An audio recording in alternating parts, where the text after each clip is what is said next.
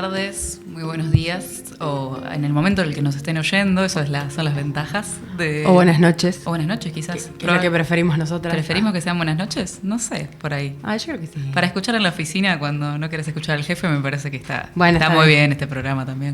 Un palito. Nos encontramos en La Sobremesa, en el tercer capítulo de La Sobremesa. Estamos muy, muy contentas de que esto siga y que nos sigan acompañando. La tengo a mi compañera Paloma, acá al lado mío. Bienvenidos todos y todas. Y también estamos contentas, quiero decir una cosa, de las devoluciones e intercambios que estamos teniendo con amigos, familia, aportes, críticas constructivas, todo tipo de cositas. Así que eso también, bienvenido sea. Y si quieren decirnos cosas o recomendarnos cosas, también vamos a estar muy agradecidas. Yo le voy a mandar un saludo a mi madre que anda bastante cautelosa con las críticas porque tiene miedo de ser malvada y vienen siendo muy buenas, la verdad. En términos generales, mis tías, mis madres y todas las demás vienen siendo... Y es que las críticas de una mamá como que pesan el doble. Son sinceras, sobre todo, muy sinceras. Pero bueno, Palo, ¿a qué nos encontramos en el día de hoy, en el día de la fecha? Hoy en La Sobremesa, como ustedes saben... por estos dos programas que llevamos haciendo, ahora 3, yo digo como ustedes saben, como si nosotros llevamos 15 años en el aire, nosotros charlamos de temas en profundidad que quizás nos preguntamos, que nos conflictúan de alguna manera o que nos abren cuestionamientos, y uno de esos tiene que ver, creo que en toda la historia, pero sobre todo en esta época, con los procesos creativos o con la creatividad in situ, digamos, de alguna forma, ¿no? Porque nosotros intentamos, o no intentamos, pero de ahí nos surge también la duda, anclar todo o las discusiones que damos a esta época, digamos, ¿no? Como de multiestímulo, de hiperconexión, de quizás alguna dificultad más que en otra época de atención, porque digo, la creatividad o la creación en sí es algo que nos atravesó siempre, digamos, ¿no? Esta duda en toda la historia. Pero quizá en este momento, bueno, externamente hay algunas cuestiones que dificultan de alguna manera quizás más los procesos, pero igual eso va a haber alguien que hoy nos va a acompañar para desarrollar un poquito mejor el tema, ¿no? Y sobre todo que pensemos un poco en este mundo en el cual estamos todo el tiempo expuestos a las pantallas y las cosas, y donde de repente, bueno, la lectura o el arte o la música quedan relegadas para un espacio en el cual todo se nos es provisto de alguna manera. Quizás, no lo sé, pensando en el estímulo creativo o no, o en la atrofia de ese estímulo creativo, pero para eso tenemos a Paula Tomasoni, acá al lado mío. ¿Qué tal, chicas? ¿Cómo están? Para conversar un poco sobre eso. Hola, Pau. Muchas gracias. ¿Cómo están? Bueno, Bien. Muchas gracias por la invitación y qué responsabilidad. No, bueno, pero claramente tenemos un tenor para hablar de ello. Para hablar de la creatividad en los tiempos de ahora, traen a alguien de otros tiempos. Y yo creo que también es un poco la apuesta, un poco también que dialoguemos de alguna manera, nosotras que estamos muy inmersas, siento como en esa lógica, también, bueno, vos cómo lo vivís, o sea, y cómo te has adaptado también porque nosotras lo tenemos, no desde nacimiento, pero bueno, casi. Uh-huh. Toda nuestra formación universitaria, por ejemplo, se ve influenciada por esto, por las redes, por las historias, ¿cómo pensás que podés adaptar, por ejemplo, el proceso creativo ahora a la actualidad en ese sentido? O sea, ¿cómo lo vivís vos?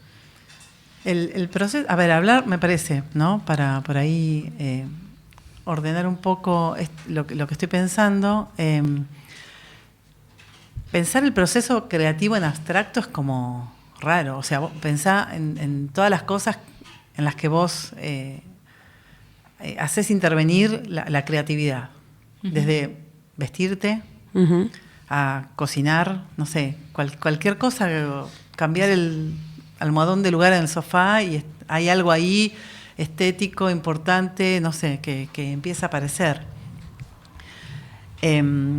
Si pensamos el proceso creativo en relación con la escritura, que por ahí es...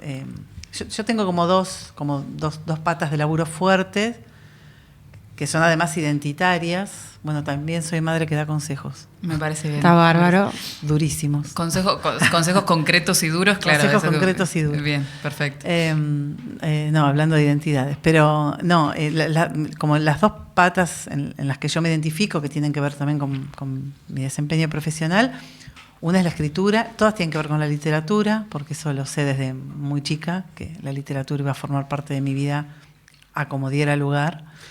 Y por eso te quería preguntar también después. Y uno tiene que ver con la escritura de ficción y el otro tiene que ver con la enseñanza, ¿no? Y ahí también hay un proceso creativo importante. Sí, que puede parecer que la docencia no lo es a veces. Un buen docente es un docente que puede inventar cosas. Bien, me gusta. No lo digo yo, lo dice Analía Gerbaudo en un artículo hermoso que se llama El docente como autor del currículum, en un libro que se llama La enseñanza de la lengua y la literatura. Puede fallar porque mi memoria está... pero está Google, por suerte. Atrofiada por Google la memoria, ¿no? Igual un poco pasa. Y ella dice que cada planificación es como una obra de arte y que los docentes tendríamos que poder firmarla como un autor firma un cuadro. Bien. Sí, ¿no? Tal cual. Porque además en la planificación docente, yo quiero decir, porque para ahí nosotros nos comimos estos datos porque te conocemos, Pau, pero no te presentamos. Sí. Porque vos sos escritora y también sos docente. Voy a ampliar un poquito tu biografía. Sos profesora en letras por la Universidad de La Plata, que es tu ciudad natal, magíster en escritura creativa por la Universidad de 3 de Febrero, que es una maestría que es muy bonita también para quien la quiera estudiar. Y te dedicás también a la enseñanza de literatura y didáctica de la lectura y escritura en secundario y nivel superior. Y bueno, y publicaste numerosas novelas que, bueno, conocemos, Leche Merengada. Bueno, ahora la última, que es Enlutada, por la editorial Corregidor, digo, múltiples textos. Y también por ese doble rol que tenés en cuanto a la creatividad, es que hoy te queríamos invitar, porque yo pensaba esto también, como bueno, el proceso creativo, siento que hay dos cuestiones ahí, que es cómo armar las clases, pero también cómo transmitir eso, ¿no? A los pibes y a las pibas. Siento que hay como un doble juego ahí de creatividad necesario. Totalmente. Te paso el mate. ¿Cómo armar las clases? Ahí hay como varias cosas que me parece que se conjugan. Yo soy muy fan yo sé que la didáctica es como una palabra que suena aburrida y que, no sé, ahora contaba el otro día que me estoy yendo a un lugar muy lindo, a un congreso, y alguien me decía, ¡ay, qué suerte, qué lindo! ¿Y de qué es el congreso? De didáctica. Era como que decir la palabra didáctica y todos las flores mueren, ¿viste? Pero hay algo político muy importante en el modo de dar una clase. Hoy hablábamos de la universidad. Yo doy clase a nivel secundario y trabajo con profes también que dan clase a nivel secundario. La escuela no es gratuita en la vida de nadie. Es imposible pasar, si pasás o si no pasás. Si no pasás por la escuela es una carga insoportable. Y si pasás por la escuela, algo te pasó ahí que forma parte de tu vida, ineludiblemente. Entonces, yo creo que a veces no entendemos la dimensión de lo que una buena clase puede significar para un pibe o para una piba, ¿no? No solamente porque el pibe después puede leer o puede no leer, o vos puede no leer nunca más después de haber ido a tus clases, o puede haber...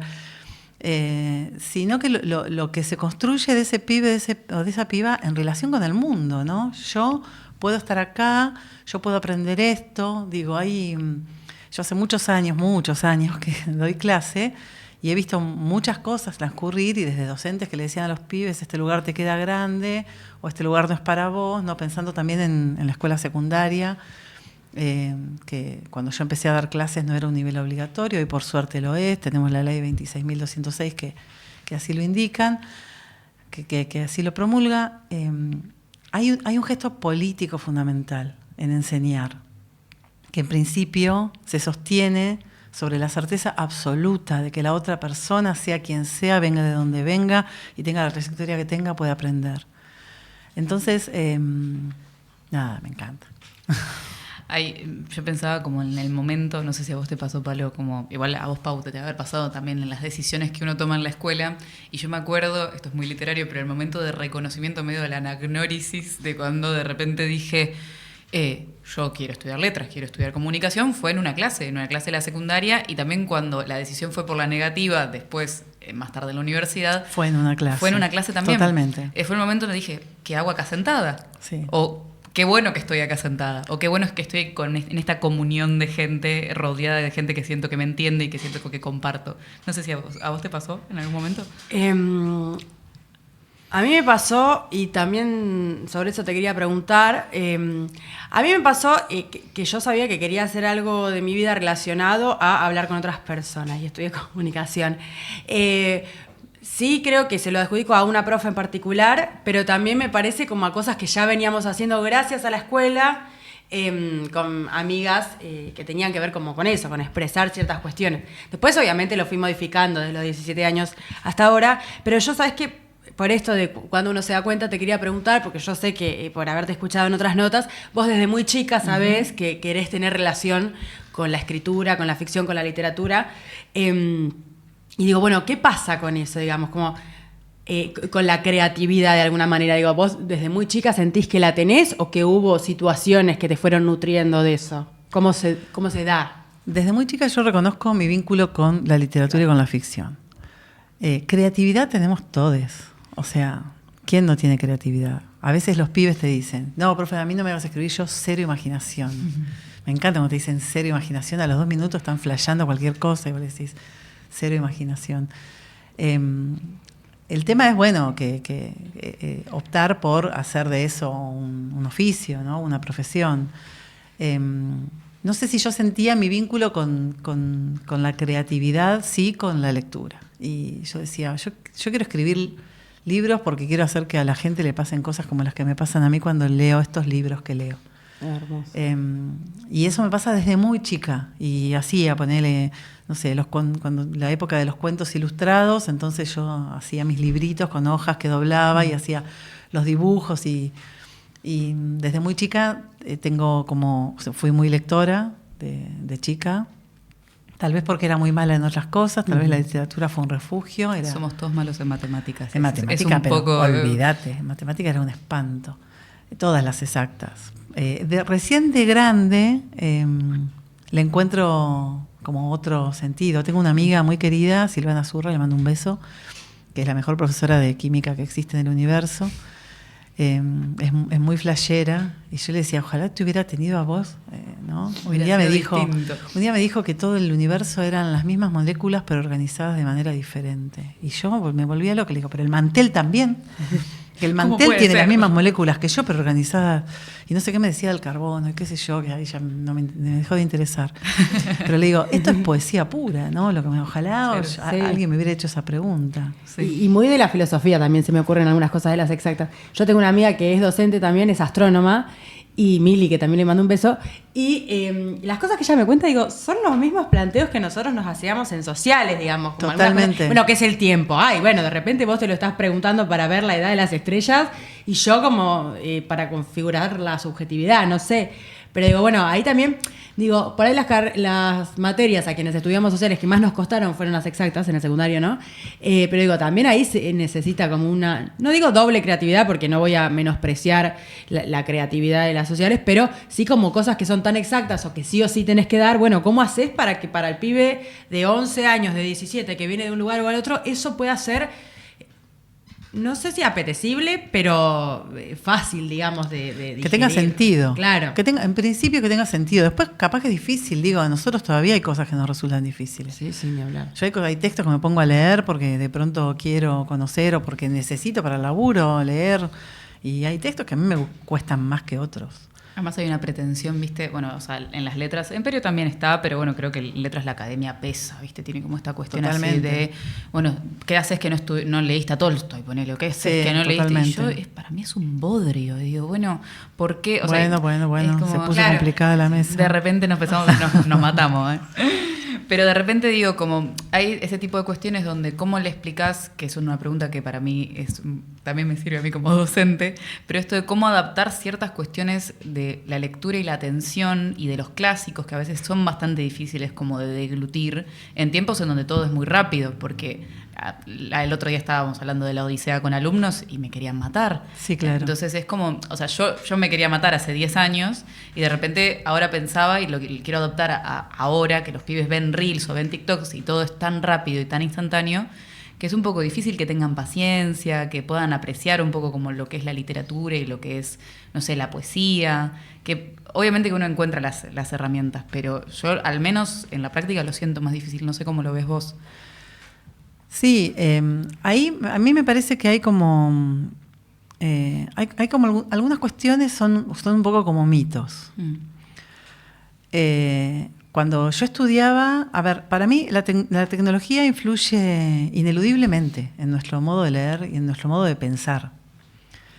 Hay un libro hermoso que se llama Escritura y Oralidad de Walter Ong, que él dice que la escritura es la primera tecnología, no es la primera vez que el hombre construye una herramienta de mediación entre el mundo y el hombre. Y que en ese momento, los filósofos de ese momento pensaban que iba a desaparecer la inteligencia, porque vos tenías una Edo que memorizaba la Odisea y la podía repetir. Entonces, si vos lo podés escribir, ya ¿quién va a ser inteligente? Porque la inteligencia estaba muy vinculada a la memoria, a memorizar. Claro. Cuando aparece la escritura, la inteligencia empezó a vincularse a otras cosas. No digo, por supuesto, que los griegos todavía estamos leyéndolos para entender el mundo. No digo que no analizaran o que no interpretaran el mundo y que solamente memorizaran, pero sí hay algo ahí de un modo de pensar y de vincularse con el universo que se rompe, que se ve como invadido, ¿no? Como aturdido por esto. Pero si podemos escribir, entonces todo el mundo va a saber, era eso también, ¿no? Claro. Entonces todo el mundo va a tener el acceso a eso que solamente las personas sabias tienen. Y la escritura significó lo que significa. Y después fue la pluralización de la escritura cuando aparece la imprenta. Entonces todos vamos a saber leer. A mí me parece que los cambios con la tecnología siguen teniendo que ver con eso. Cuando yo entré a la facultad, yo entré a estudiar letras en 1989. Y cuando yo hice la escuela secundaria, inmediatamente antes de eso, porque terminé la secundaria y fui enseguida a la facultad, gracias chicas, cuando yo empecé la secundaria no había fotocopias. Claro. La profesora de francés nos daba copias que hacía con un mimeógrafo, que no sé, chicas. Yo creo que sé. Detallo, es un mimeógrafo es una especie de barrilito. Sí, yo lo vi en un museo. Bueno, lleno de tinta. Paloma. Gracias, Palo, era el comentario que estaba esperando para irme hoy de acá. Así como, joven, lúcida, fantástica. Hecha una reina. Es que ni bien lo dije, me di cuenta de que no lo tendría que haber dicho. Y bueno. Ya lo dije. Pero es que realmente lleno de tinta, que salía la tinta por unos agujeritos y vos ponías unos stencil que cuando vos escribías con la máquina se hacían agujeritos en las letras y entonces ahí hacías muchas copias, muchas veces eran azules, porque la tinta era azul, toda corrida, una cosa espantosa.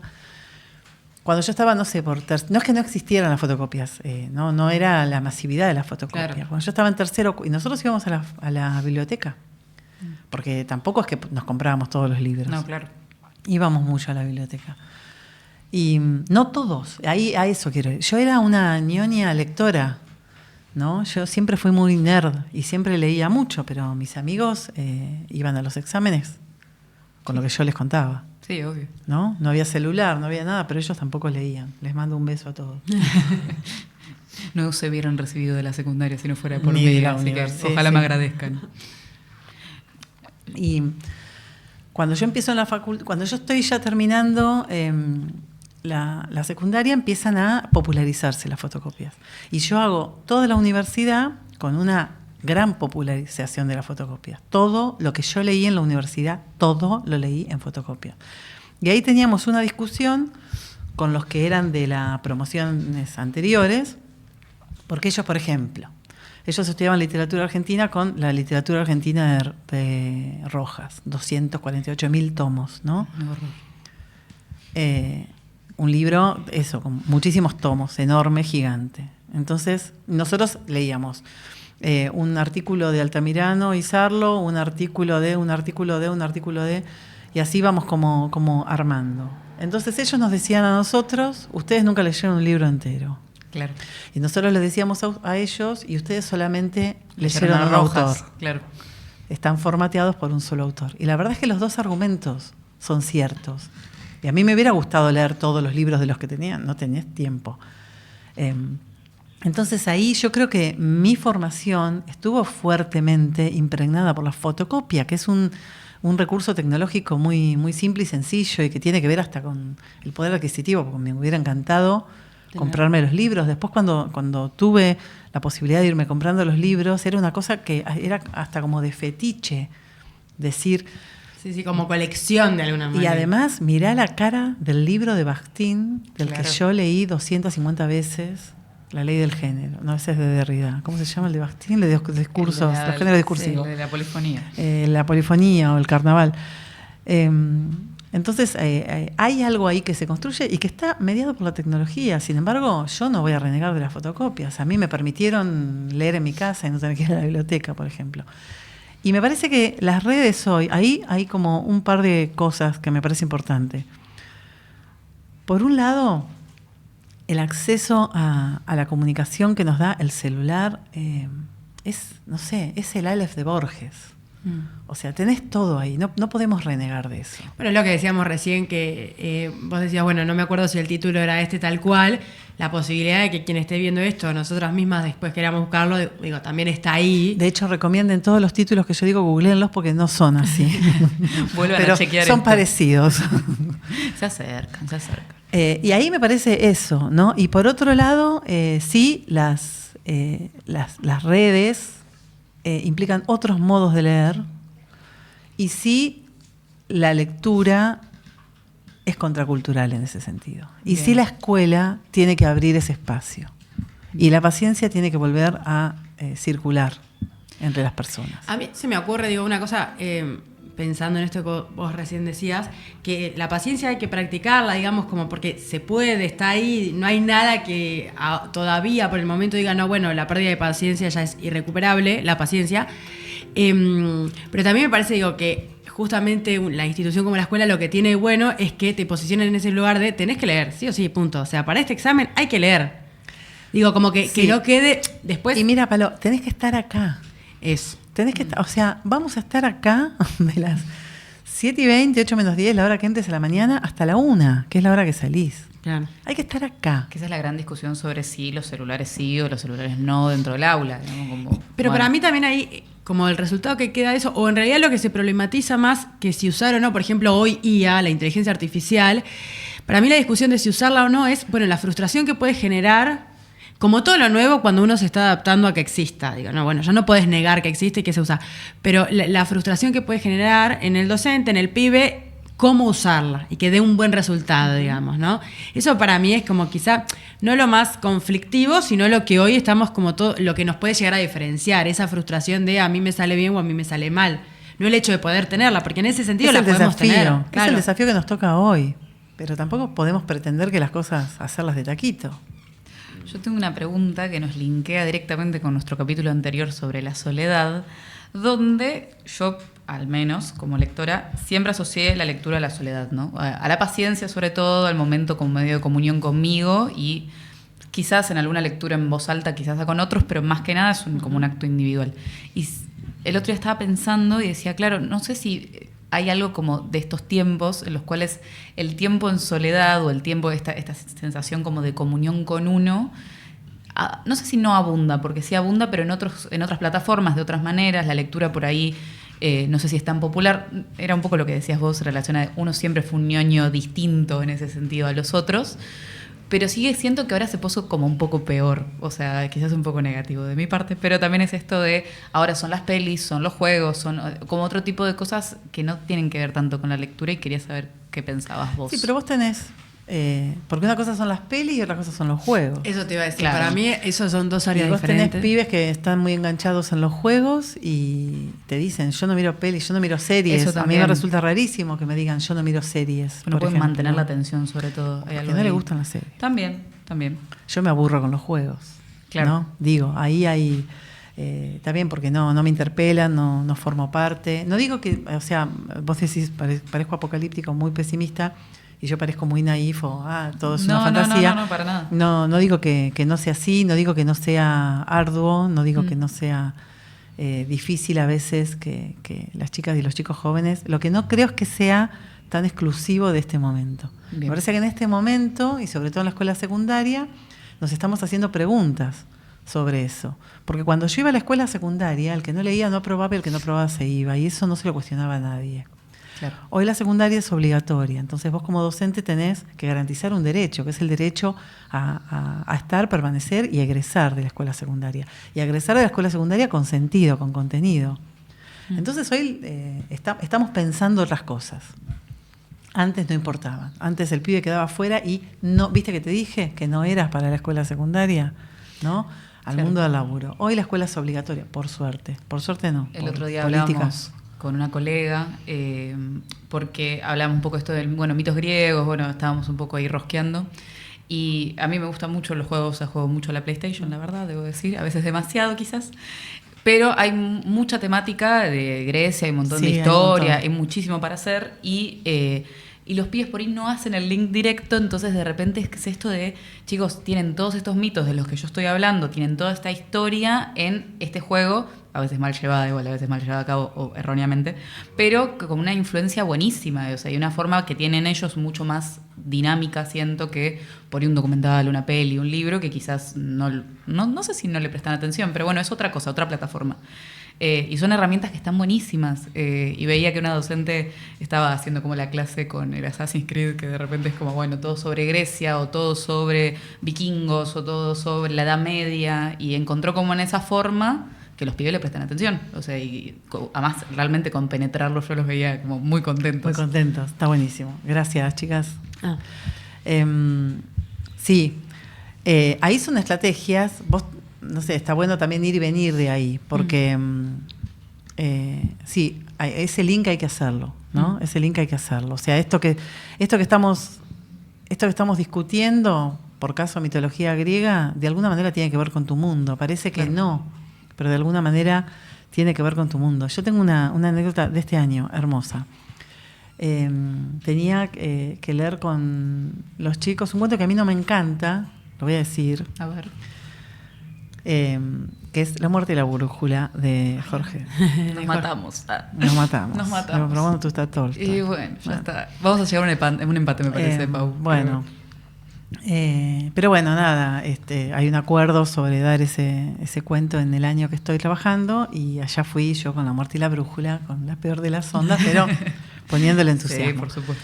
Me parece que es un cuento difícil, a los pibes les cuesta armar. Sí, a mí me costó muchísimo. Cuando me lo dieron, capaz que hasta el día de hoy me cuesta, pero... Sí, no. Es que igual Borges cuesta, digamos, o sea, es parte un poco de la gracia. Algún Borges. Hay Sí, otro depende, que no depende. tanto. Como, hay otro que no tanto. Para mí hay algo ahí como de esta cuestión de un poco jugar con la cabeza, digamos, que a mí es lo que más me gusta de él, o sea, esta cuestión así medio metafísica. A mí igual, sí. No me importa que el cuento sea difícil. No es que esa sea la dificultad. Es que me parece mucho esfuerzo para... Así era un jueguito de... Claro, pero al final... Pero no quiero hablar de La muerte y la brújula. No, dale. Seguro mucha gente se está enojando mucho. Bueno, cada todo uno. No se cada puede. uno.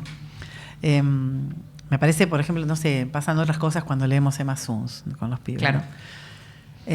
Y La muerte y la brújula le gusta mucho a la gente que viene del palo de las matemáticas. Por algo será. Porque tiene como ese ordenar el universo. Y tengo una amiga muy fan del policial, André Vilariño, y muy fan de Borges, que se enoja mucho conmigo cada vez que yo critico La muerte y la brújula, porque ella dice que es el gran cuento en el que Borges se burla de toda la operación literaria, de toda la operación crítica alrededor de, por ejemplo, el policial.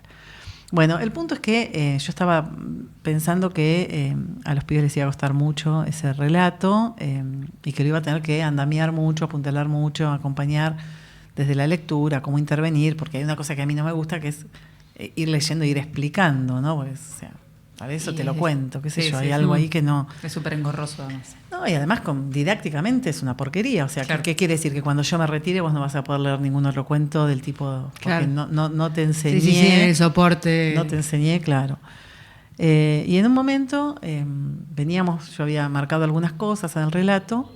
Y había un momento en que Borges habla del laberinto lineal. Y yo lo había marcado y dije, bueno, acá me voy a tener que detener. ¿Cómo le explico a estos pibes un laberinto lineal? Entonces le digo, bueno, ustedes por ahí lo que piensan siempre es como esta idea del laberinto circular, pero un laberinto lineal, vos estarías pasando siempre, por ejemplo, como en la casa del Asterión, de una habitación a otra y todas serían idénticas y vos no entenderías dónde está así un backroom, me dijo uno de los chicos. Un backroom, claro. ¿Qué es Tal eso? Cual. Y yo le dije, ¿qué? ¿De qué me estás hablando? ¿De qué me estás hablando? Profe, un backroom. Nosotros jugamos a los jueguitos y vos vas pasando de una habitación a la otra y son todas iguales. Buenísimo. Y me trajo el backroom, y yo me puse así a scrollear todo lo que él me mostraba porque me parecía una cosa maravillosa y muy borgiana. Sí, es perfecto. Y yo les dije, bueno, chicos, cerramos la clase acá. Yo pensé que ustedes no iban a cazar un fulbo sobre los laberintos lineales, y la que se va chicos, tengan mi título, nos vemos. sin cazar un fulbo soy yo, sobre La que se va a reconciliar. Me voy reconciliada con el cuento. Con el cuento, con el mundo, con los jueguitos. Pero digo... Es buenísimo, sí. Hay ahí un modo... Digo, los pibes tienen... O sea, Borges no podía haber imaginado... Sí, Borges debe haber imaginado todo, porque él en sí mismo era un Aleph, pero...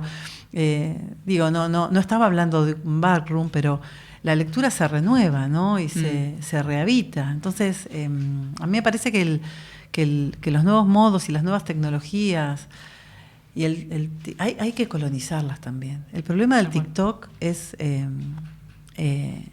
los contenidos. Sí. Bueno. Sí, la forma y como... No, yo quería contar una anécdota muy conectada con esto.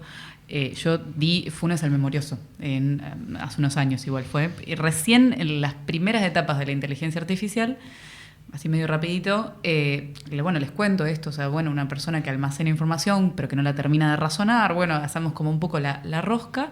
Y una de mis alumnas me dice, profe, ¿es la inteligencia artificial? Totalmente. Y yo dije, claro.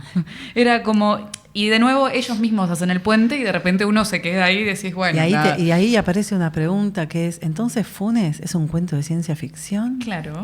¿No? Empezás a discutir todo, se abren los géneros, se abre todo, y ahí y entonces empieza a latir la literatura, ¿no? Sí, precioso. ¿Qué es eso? ¿Qué es aquello que está velado y que somos nosotros y serán otras personas quienes tenemos que desgarrar ese velo y ver qué encontramos y ver cómo intervenimos? Y ahí hay un proceso creativo también, ¿no? El acto mismo de la lectura. La lectura es un proceso creativo, sí, ¿no? Que no lo era cuando yo iba a la escuela. Yo siempre cuento el mismo chiste, y cuando laburo con docentes también lo hago, que yo había descubierto que lo que yo tenía que decir era qué significaba el paso inexorable del tiempo. Entonces, cuando la profesora preguntaba, por ejemplo, qué significa que el sol se esconde atrás de la montaña, mis compañeros que después estudiaron ingeniería decían que se hace de noche. Y yo los miraba así y decía, el paso inexorable del tiempo. Poesía. ¿Ven? Claro, me decía, y la profesora decía, ¿ven? Como, ella. Ahora, eso aplicaba para todo, ¿no? Entonces, no, esto siempre lo digo como un poco como un chiste, pero era porque cuando yo iba a la escuela, cuando yo era estudiante, el sentido de las clases de literatura era descubrir cuál era la interpretación del profesor. Y eso era lo que después en un examen te tomaban. Lo que esperamos que suceda hoy en una clase de literatura es que la literatura suceda. Y para eso el docente también tiene que tener la valentía de dejar caer muchas cosas que tal vez tienen que ver con su formación. Por ejemplo, que los pibes pueden decir cosas que no son las que vos estabas esperando que digan. Que podemos terminar la clase hablando con 30 pibes enseñándote que es un backroom y diciéndote, profe, dale. Dejate joder. No es tan difícil. ¿No? Sí. Yo te voy a sacar del aula, si me permitís. Ay, sí, bueno, cómo no. ¿Te pasa a vos con la lectura personalmente? ¿Qué te pasa a vos con la pantalla? Digo, a nivel creativo, también como a nivel escritora, pero también como lectora. ¿Cuál fue, o si lo hubo, quizás no lo hubo, un cambio dentro de esa lógica de escritura o lectura con la llegada de las tecnologías? ¿Lo sentiste o...? Sí, pero muy paulatinamente. No fue cruzar un umbral. La escritura, el primer taller literario que yo hice y el que mi gran maestro fue Gabriel Báñez, ¿no? En la ciudad de La Plata. Y una de las primeras veces que llegué al taller, él nos dijo a todos, escribe a máquina. Acá nadie escribe a mano. Si te autopercibís, no uso esa palabra, que es más moderna. Escritor profesional, escribís a máquina. No escribís a mano y lo pasás, porque después no lo pasás. Entonces yo empecé a vincularme con la Mac, porque claro, vos que decías, pasabas a máquina, piensen que en ese momento, si a la máquina rompíamos hojas, lo pavote, pasabas a máquina cuando tenías la versión bien escrita, o sentías que tenías la versión bien escrita. Él nos dijo, desde el primer momento escribís a máquina. Así que yo empecé a escribir empecé a escribir, digamos, pensando que podía escribir profesionalmente en una máquina de escribir. Un día Gabriel nos dijo, si ustedes quieren ser escritores tienen que darlo todo. Y yo dejé la facultad. Tenía promedio... Y yo me lo tomé muy en serio. Sí, tenía promedio 10. No. Tenía rendidas, no sé, era primer año, creo que era 6 materias con 10. Y dije, voy a dejar la facultad. Y fui y le dije a mi mamá, mami, voy a dejar la facultad porque Gabriel me dijo que había que darlo todo. Tu mamá tocándole la puerta a Gabriel. No, mi mamá me compró una máquina de escribir eléctrica. Ay, hermoso, claro, bueno. Sí, sí. Porque me dijo, si es lo que vos querés, yo sé que sabés lo que haces. Después, por supuesto, me asusté, por suerte, me asusté y volví y, bueno, traté de hacer las dos cosas. Pero... entonces, de ahí toda la tecnología empezó a ser deseada, ¿no? La máquina eléctrica era mejor que la manual y después la computadora. Yo tardé un montón en comprarme una computadora y era un deseo fuerte eso de poder borrar y corregir sobre el mismo texto y no tener que arrugar la hoja. Estoy hablando, realmente parezco Matusalén, pero qué buena entrevista, ¿no? Miren, o sea, soy como el cruce de los siglos. De repente, igual yo creo que es lo que está bueno. Es maravilloso. A mí sí, perdón. No, mándale. No, que digo, que igual yo creo que, no sé, nosotras, que yo cuando empecé la facultad, al principio escribía en Word por una cuestión de confianza, de tipo, si está en internet, no sé si me va a cerrar. Pero después descubrir que Drive es el salvador de la vida. Sí.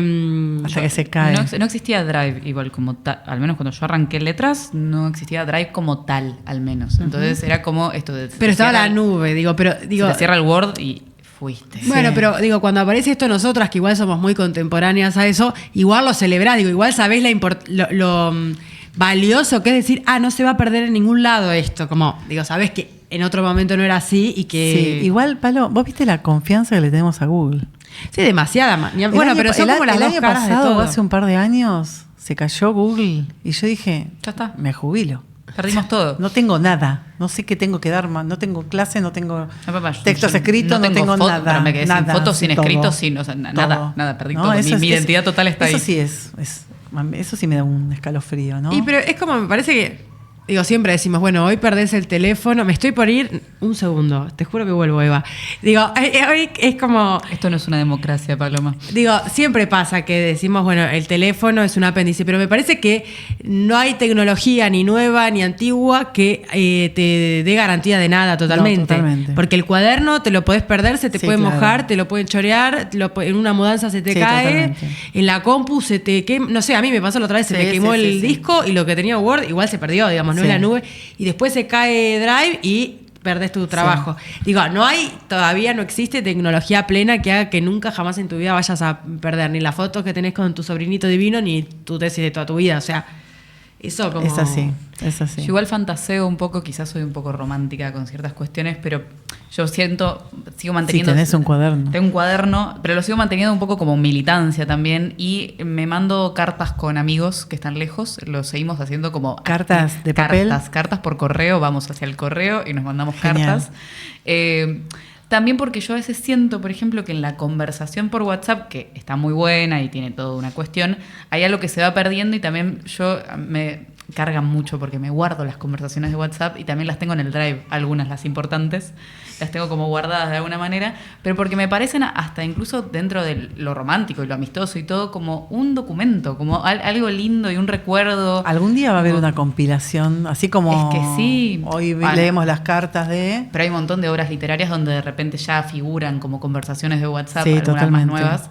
Que a mí eso me parece muy lindo porque a veces son incluso declaraciones de amor o cosas que se pierden todo el tiempo, lo mismo que los documentos mismos que, bueno, esto es muy de filología hispánica y esas materias que tenemos en letras, pero estas mismas correcciones por ahí las vas perdiendo que antes estaban en los tachones. En los tachones, o total. las transcripciones Vos que tenías. podías leer, bueno, de hecho lo hacen los investigadores, las investigadoras, leer el proceso creativo de un autor comparando sus originales. Hoy eso no se puede hacer. Bueno, filología hispánica lo hacen por con suerte. Puig, que es...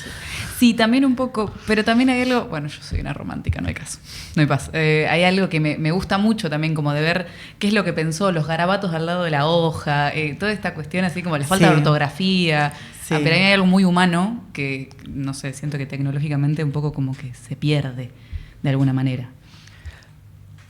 Son opciones, No, marcas de época. No lo sabemos. Marcas de época. Vengo. ¿Quiero recomendar? ¿Puedo? Sí, obvio. ¿Un libro? ¿Para dónde? Ahí, mira, ahí justo no, se mira, ve. Genial. Tiempo. ¿Querés que se lo pasemos a la Palo? ¿Qué hago? ¿Lo paso para allá? Bueno, Tiempo de leer. Porque ahí el primer artículo, el primer capítulo de ese libro, que es de Jimena Dib, una genia total, Jimena habla de esto que nos preguntamos, del tiempo de leer y si es el mismo tiempo el que necesitamos para leer un texto de papel o para leer un texto en pantalla. Y si el soporte en el que leemos implica un modo de leer, ¿no? Ella dice que sí, su tesis es que sí, y me parece que está muy bien. Es cierto que a veces sí, nosotros tenemos que, no sé, leer un capítulo, por ejemplo, un texto, un artículo, y de pronto vamos a tener que exponerlo, lo imprimimos, ¿no? Porque necesitamos marcarlo, porque necesitamos, porque hay como otro tipo de concentración. Tampoco sé si es exclusivo, porque hay quienes, no sé, a mí me pasa, vuelvo al aula, un segundo. Volvé Pero las veces que quieras, yo te saco. yo le digo a los chicos, bueno, no sé, un cuento, La pata de mono, la podemos leer en el celular. La Odisea, Está difícil leerla en el Complicado. celular. Bueno, yo Borges no lo puedo leer del celular. Bueno, me vuelvo entonces loca. ahí también me parece que hay algo para construir que se contrapone o que choca inmediatamente con la democratización, ¿no? Sí. Porque también hoy es cierto que tenemos al alcance casi todos los textos clásicos, por lo menos, y todo el mundo puede tener un ejemplar porque todo el mundo tiene un celular. Entonces hay como, ¿no? Vas ahí como horadando. Pero sí es cierto que no es la misma lectura. No. A mí me costó mucho, o sea, mis últimos finales no podía leer en computadora. O sea, había algo de mi cabeza que esto mismo. O abría la compu y de repente terminaba abriendo WhatsApp, terminaba en Instagram, terminaba en otro lado. Entonces, militancia de nuevo, fotocopias o los libros, sí podía, la verdad es que casi nunca podía.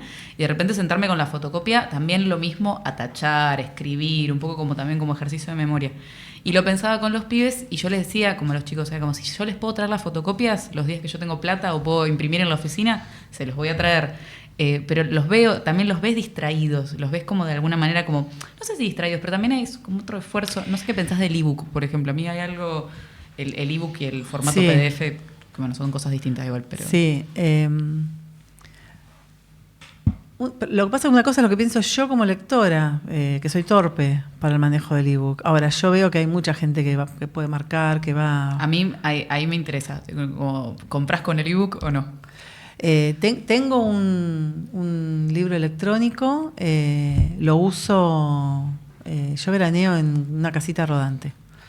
Entonces me lo llevo para leer de noche porque es muy amable, porque no despertás con mi compañero, entonces no lo despierto porque no tengo velador, porque es una casita rodante.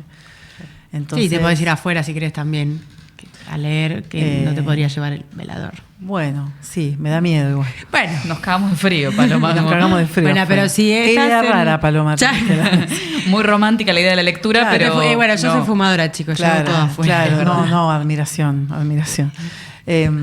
Pero entonces lo uso para eso, para si me voy de viaje cargar poco peso, pero después termina siendo mentira porque me llevo el ebook y 3 libros. Soy como muy fan del libro en papel, pero yo no me parece, entiendo, tengo un montón de amigas, amigos, amigues lectores que tienen unas colecciones hermosas, unas bibliotecas hermosas en el ebook. Y lo usan mucho y banco, digo, no puedo decir que mi manera de leer es mejor que la manera de leer de... Además es más barato, sobre todo. Hay algo, yo Muchísimo. pirateo a morir. Bueno, como es muchísimo una tras más otra, barato. los busco, los descargo. Pero sí es verdad, a mí hay algo de lo ritualístico de la lectura que se me pierde ahí, como que hay algo como del contacto con el papel. Contacto con el papel. Yo, no sé, eso es un buen equipo, a ver si marcas los libros o no. Recontra. Bien. Muchísimo. Ahí estamos. Ahí no nos matamos. Ahí no nos matamos. Pensaba una cosa, Pau, cuando vos decías esto de que por ahí justo lo cortamos, de que el problema de TikTok, sobre todo hoy, digo TikTok porque es la que más problematizamos en cuanto a la atención, es el contenido. Digo, es verdad.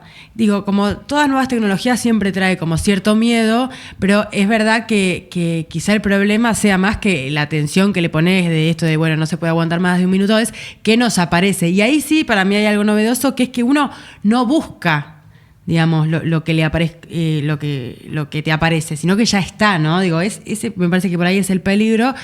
Pero, digo, ¿vos por qué lo decías? Porque me quedó sonando eso y me parece interesante que charlemos de que no es la tecnología en sí, sino lo que sucede dentro de ella.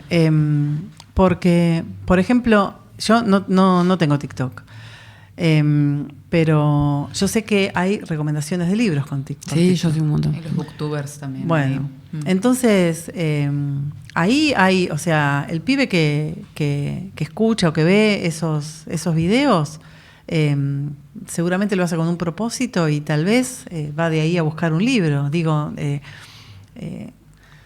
no tengo TikTok, pero no sé si Instagram, si vos lo mirás, es mucho más profundo o serio. Y me hizo acordar, porque voy a contar algo que escuché el otro día, un profe, me pareció una genialidad, aunque estoy develando algo que por ahí no sé si está bueno decirlo. Pero él dice, como los pibes se meten en Instagram y están todo el tiempo recibiendo información, ¿no? Bueno, sabemos cómo funciona el algoritmo. Entonces él les dice, por ejemplo, bueno, hagan una cosa, busquen el perfil, ¿no? Como una actividad. Busquen en Instagram, no sé, qué sé yo, la vuelta de obligado. Entonces dice, lo que yo hago es colonizarles el algoritmo. Después van a empezar a recibir otros contenidos. Me pareció una genialidad, claro, ¿no? Esta idea de colonizar el algoritmo. Y hay una cosa también que quiero decir en relación con la idea de la soledad y del lector en soledad. Hay un texto muy lindo de Jean-Marie Privat que se llama Sociológicas. Lo vamos a buscar. Búsquenlo. No pasa nada. Yo después les mando la bibliografía. Sí. No lo traje. Sociológicas de la lectura, socio/lógicas de la lectura, creo que se llama, y que él dice que se tiende a pensar la lectura como un hecho solitario, y lo compara con la pesca, ¿no? Y dice, también hay una idea como romantizada de la persona que pesca, como una persona solitaria que está, no sé, en silencio, sí. Al lado del lago, del río, del mar. Pero cuando vos empezás a indagar, esa persona fue a pescar ese lugar porque vio un video en YouTube que decía que ahí había pique, compró la carnada no sé, cerca de la laguna, y se puso a charlar con el hombre que le vendió la carnada y le dio algunas indicaciones. Fue a tomarse una cerveza primero al bar, habló con otros pescadores. Sí, por ahí está ahí con amigos también. O está ahí con amigos, sí, pero aún estando solo, ¿no? Entonces cuando él llega, encarna y dice, voy a hacer lo que me dijo el del bar, voy a mirar allá, que es donde decía la revista de pesca especializada, o la publicación, o el video. Y hay toda una construcción. Después va a pescar, va a volver, lo va a conversar con los otros, va a hacer una circulación de eso. Bueno, él dice que la lectura es igual, que nunca estamos solos, ni solas ni soles leyendo. Porque siempre leemos y algo hacemos con eso. Tenés que leer el libro que acabo de terminar, o ni se te ocurra leer. A mí ese acto me parece que las comparto obviamente con mis compañeras de letras sobre todo, pero le mando un beso a Estefanía. Estefanía vino el otro día a cenar a mi casa, no me dijo ni hola, me dijo, este libro me hizo acordar a vos. Bueno, listo. Hay una red, nunca leemos solos. Hay una sí, también red. Con el contenido in situ. La otra vez estaba leyendo un artículo que me gustó mucho de Selva Almada, que ella decía que cuando uno escribe lo que está haciendo es crear universos, ¿no? Digo, porque estamos hablando del crear. Y cuando a mí me pasa que por ahí las lecturas que más me gustan, que bueno, por ahí todavía eso no lo tocamos, ¿no? Pero son esas que son como que es algo que a mí me puede pasar, digamos, o que yo leo cierta cotidianidad, cierta cercanía, que bueno, para mí vos escribís muy así, no quiero ser chupamedias, pero digo, como cierta cercanía con lo que estoy leyendo, y entonces de repente estás como acompañada con todo ese universo que se crea, con todo ese mundo, esos personajes, esas situaciones, esas sensaciones, que me parece que también, que aunque lo hagas en soledad, es como, ponele, no sé, hoy estábamos hablando de las pantallas y las series, yo disfruto mucho mirar series, pero también porque digo, me estoy metiendo un montón acá, lo estoy sintiendo, digamos, no estoy sola en soledad como si estuviera, qué sé yo, lavando los platos en mi casa, que son los platos y yo, no hay más gente. Es toda una referencia a otros y a la gente que uno quiere también. A mí me pasa mucho con la literatura eso de que de repente que a mí pensaba, en diferencia como a las plataformas o a esto de Netflix y todo, que por ahí es verdad que todo está dado más allá de lo creativo dentro de ese sentarse a ver una peli, por ejemplo. No sé cómo lees vos, pero por ejemplo es esto de yo veo, no sé, estoy leyendo una historia sobre una isla y una persona pelirroja y voy a pensar en María Eva probablemente. Entonces como que hay algo de la imaginación que si bien uno puede imaginarse mundos posibles, también hay una referencia con lo conocido, con quien Totalmente. uno ama o con uno quiere, o como que de repente tiene como Con esa quien no. relación, con quien no sobre todo. Pero hay algo como del recuerdo que a mí siempre me gusta mucho, me quedaron como muchas referencias de algunas novelas que leí donde de repente tienen caras de gente conocida. Totalmente. Y después por ahí sale a la peli y digo... oh. Sí, o lugares por ahí. Sí, eso, bueno, los lugares a mí me matan. Como, Yo digo, cada vez que leo, no quiero hacer más autorreferencia, pero digo, a mí me gusta mucho la literatura que muestra la territorialidad. Cada vez que hablan de un pueblo, para mí es pigüe, o sea, yo no me voy a imaginar otro. Totalmente. claro. Bueno, Claro. lo leí hace poco no sé si lo leíste, a Andrés Montero, No. el año en el que hablamos con el mar, que fue ese libro que me recomendó mi amiga, una isla que habla y un narrador en plural, que a mí me pareció una locura, los isleños hablando todos a la vez. Precioso, precioso. Hay un libro de Vargas Llosa que hace eso, Los Cachorros. Los cachorros. Pero además, o sea, esto de la comunidad construyendo el relato, pero sobre todo esto de, para mí era la isla Paulino, no sé por qué. Claro. Y era una isla recontra paradis, no nada que ver. Pero había algo Bueno. de la referencia que me quedó. Pero eso es también, me parece, el principio creativo de un lector, Mm. ¿no? Vos construís ahí un universo. O sea, Almada dice que cuando escribe construye un universo, cuando leemos también construimos Sí. universos. Y eso es genial, Eso es ¿no? precioso. Y pensá esto que dice Privat, él no habla de las redes, pero lo que pasa hoy. Entonces vos empezás a leer un texto, o te recomienda Andrés Montero, ¿y qué más escribió? ¿Y de dónde Y así es? vas. ¿No? Y entonces de pronto tenés el Aleph en la mano. El tema es qué pasa con eso, ¿no? El tema es cómo hacer que eso no sea lo único, que no sea el único universo el que aparece en las redes. El otro día escuché por Instagram una chica que decía que la próxima brecha va a ser el conocimiento, porque en las clases sociales más altas ya hay una preocupación por el uso del celular. Entonces en las escuelas, por ejemplo, ya no se usa el celular o contratan niñeras que no tienen celular y los chicos tienen que estar sin pantallas determinado tiempo y se preocupan por leer. Mientras que si vos tenés, no sé, de pronto que trabajar 200 horas y no podés, no sé, dedicar ese tiempo para leerle al pibe o para compartir ese espacio, para trabajar la paciencia.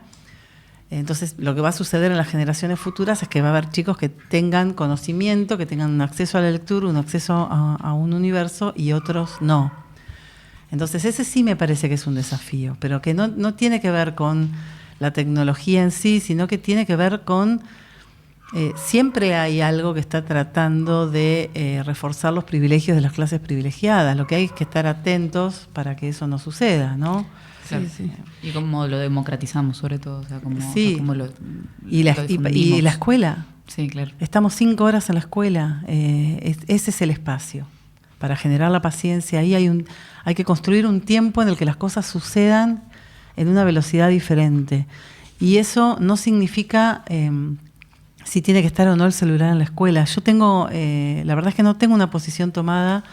En realidad sí, pero tengo amigas muy queridas que opinan lo contrario y no me quiero pelear. No, a mí me cuesta pensar que la solución es que no haya celulares en la escuela. No, porque es Porque negar yo lo también. uso hoy.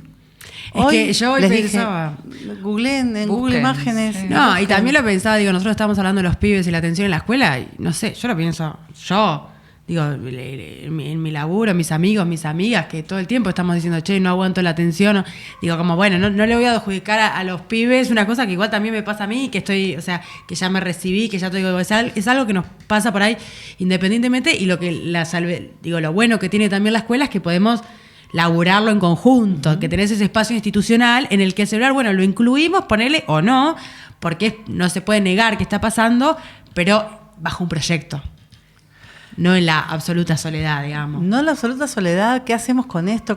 También hay que aprender a usar el celular, hay que aprender a escribir por WhatsApp, hay que aprender a escribir un mail.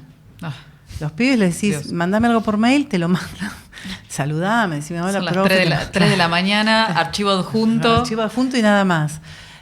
O toda la explicación en el asunto, ese es ¿no? buenísimo. Bueno, pero... Hola, profe, me vas a matar, pero y todo. Entonces, digo, hay cosas ahí que me parece que sirven para ser objeto de enseñanza. No es lo mismo escribir un mail que escribir un mensaje de WhatsApp. Yo tuve un vínculo hermoso con Daniel Divinsky, que es un editor que yo admiro muchísimo, el editor de Walsh, el escritor que más admiro en el universo, que falleció hace poquito, Divinsky. Y la primera vez que le escribí, porque él me había manifestado que podía ser permeable al leer alguno de mis textos, el único contacto que yo tenía era el WhatsApp. Y para mí fue un desafío enorme escribir porque, bueno, era un hombre grande y aparte para mí era, no sé, una persona admiradísima. Y yo le tenía que escribir un texto con algún grado de formalidad por WhatsApp, por la vía más informal que existe, ¿no? Entonces yo no le podía poner estimado Divinsky, es WhatsApp. Claro. Sí, hola. Sí, pero tampoco le podía poner, che, Dani, o sea, porque no tenía esa confianza y porque aparte, nada, para mí, Divinsky Daniel tenía esa investidura. Y bueno, ahí hay también cosas que hay que discutir con los pibes, ¿no? Sí, ¿cómo lo ubicamos? ¿Cuál es el lenguaje? Bueno, a mí algo que me sirve mucho cuando todo el tiempo me planteo estas polémicas es una frase que me dijo una amiga, que es la IA o las nuevas tecnologías, para explicarte cómo arreglar vos sola un foquito, sí. Para escribir un cuento, no. Como, digo, es innegable que en algunas situaciones nos ayuda. Incluso esto, cuando queremos buscar, vos dijiste en esta nota, autores y podemos volver a buscarlos e incluso retroceder este capítulo. Eso sí, buenísimo. Ahora, no le voy a decir a la IA que me haga el resumen, no solamente por el mérito de que lo leo y ya, sino porque en algún momento tengo que poder encontrarme con esto que me está costando, digamos, la lectura de algo, ¿no? Porque además, si la IA te hace un resumen, te va a hacer el resumen del sentido común. Claro. Del sentido común. La IA funciona sobre el sentido común. Entonces vos le podés decir, escribime un cuento a lo Borges, y te va a escribir un cuento a lo Borges y te vas a sorprender, pero vas a ver, o sea, va a ser como una especie de compendio de recursos borgianos, y es otra cosa. Es otra cosa. O sea, si realmente... Nada, y eso, no sé, qué sé yo, tal vez después... se le encuentre la vuelta y vaya mejorando. Yo nunca leí todavía cosas hechas por la IA que me seduzcan. Sí, por supuesto me asombra que exista. O sea, Sí. vengo del mimeógrafo, imagínense. Pero... Sí, y también hay cosas que para mí te atraviesan o no, porque sabes que las hace una persona, justamente, digamos, como... Sí, que hay alguien sintiendo del otro Claro, lado, sí. que hay alguien que Me pasa. dijo, yo voy a escribir para que el otro esté asintiendo y decir sí, tal cual. Y porque aparte la literatura sucede cuando todo viene de una manera y eso se quiebra. Dice Miguel de Almaroni que, ¿cómo es? Que dice que no es lectura, sino la que fracasa. Sí. Para que la lectura fracase tiene que haber esa escisión. La discontinuidad del lenguaje. ¿No? La fisura. Y eso no va a venir nunca de la IA, porque ¿dónde producís esa fisura? ¿No? Claro, es todo perfecto. ¿Dónde producís Todo funciona. esa rotura? Y ahí es donde, porque si nosotros escribimos también un cuento borgiano perfecto, también es un embole. Sí. No es un problema de los cuentos fantásticos de post-Cortázar, todos iguales. ¿No? Ya está, chicos, ya lo hizo Julio. Eso se repite. Hagan otra cosa, ¿no? Sí, eso para mí, tenemos que ir cerrando y antes quiero que presentes la obra en la que escribiste ahora, pero antes quería decir que estaba pensando en esto de, bueno, TikTok y cuántas cosas aparecen y eso, pero sin embargo, volvemos a repetir ciertas cosas. Yo la otra vez hice, en una discusión con amigos, estaba quejándome muchísimo de que hagan remake de la remake del sé lo que hicieron el verano pasado. ¿Cuántas remakes van a hacer? Digo, vivimos de la nostalgia un poco, pero... me parece que tiene que ver también con eso, con, bueno, crear cosas solo para tener el éxito o pegarla y no por la cuestión de poner en juego mis capacidades de creación. Como digo, bueno, por ahí discutamos por qué estamos haciendo esto, Totalmente. no si estamos o no cooptados por la IA, por Totalmente. TikTok, si se nos atrofia el cerebro. Es a qué aspiramos a través por TikTok de alguna manera o por esta cuestión de bombardeo constante de puedes hacerlo mejor. Puede ser pero mejor bueno, escritor, puede ser claro. brillante, puede ser así. Y además llega como una presión Sí. y una ansiedad que, bueno, ya lo hemos hablado en otros capítulos. pero- ¿Qué es lo que define a un mejor escritor también? Claro. Uy, tenemos un segundo capítulo con Paula Tommasani. Yo creo que Paula tenemos otro capítulo, me parece. Si estás de acuerdo, creo que... Pau, antes de que cerremos, porque ya tenemos que cerrar, quería que nos cuentes, bueno, dónde se va a estar dando. Hablamos con Juli igual hace 2 capítulos sobre Proyecto Campamento, que es una obra que creo que es la primera vez que escribís el texto de una obra. Sí, es mi primer texto dramático. Se llama Proyecto Campamento. Gira en torno, esto también es como nuevo, gira en torno a un hecho histórico. Si bien la historia y los procesos sociales siempre forman parte de las historias que escribo, acá era la escritura sobre este hecho histórico, que fue el bombardeo de Ensenada en el 55, el 16 de septiembre del 55, en el medio de la revolución fusiladora, citemos a Walsh. Y bueno, se dio en Ensenada el otro día, fue una función hermosa, y ahora va a estar en Espacio 44 durante el mes de octubre. Se meten en la página Espacio 44 y ahí van a ver cuándo salen las entradas a la venta, y además van a ver todas las cosas hermosas que hay en ese teatro extraordinario. Y después otra cosa que les quería contar es que se acaban de reeditar mi primera y mi segunda novela, Leche Merengada, por Milena Pergamino e Indeleble por la editorial Corregidor, y que bueno, están disponibles en las librerías. Si se puede, Hermoso. lo digo.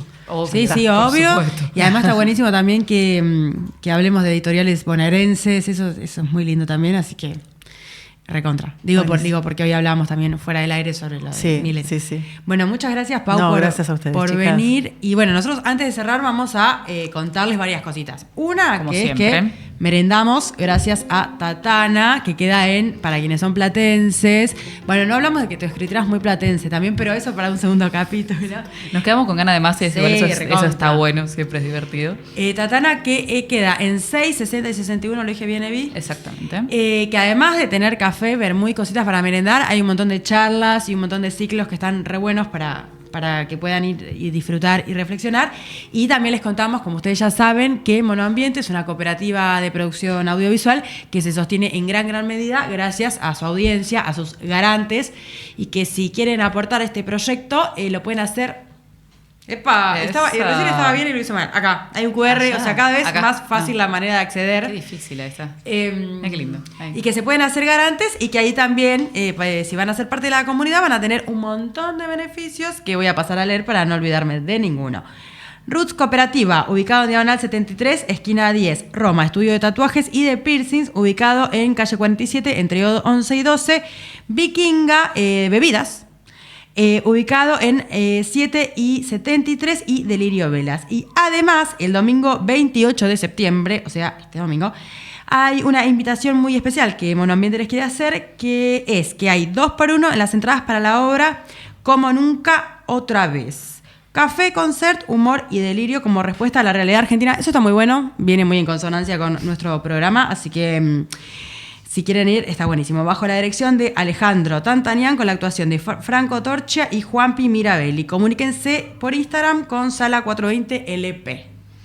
Lo dije de un tirón. Ha sucedido. Impresionante. La verdad es que yo quiero que sepas que sos la que hace bien estas cosas. Como en la parte del equipo, la que cumple con las cuestiones burocráticas y formales es Paloma, hay que decirlo. Gracias. Y yo me encargo de la cháchara un poco más. Les agradecemos mucho por estar presentes durante este tercer capítulo. Pau, muchas gracias. No, gracias Fue a ustedes, precioso, chicas, qué y bueno. tengo muchas ganas de que haya un segundo. Sí, recontra. Así Un bis. que nada, nos despedimos. Eva, Luxo, Facha, estamos muy contentos los chicos de Monoambiente. Esto es Y como mañana siempre, no hermoso. se pierdan a nuestros amigos de Supersónico también, a las 7:30, chicos. 7:30, 7:30, 8:30. también por el canal de YouTube. Perfecto, nos encontramos la próxima. Muchas gracias.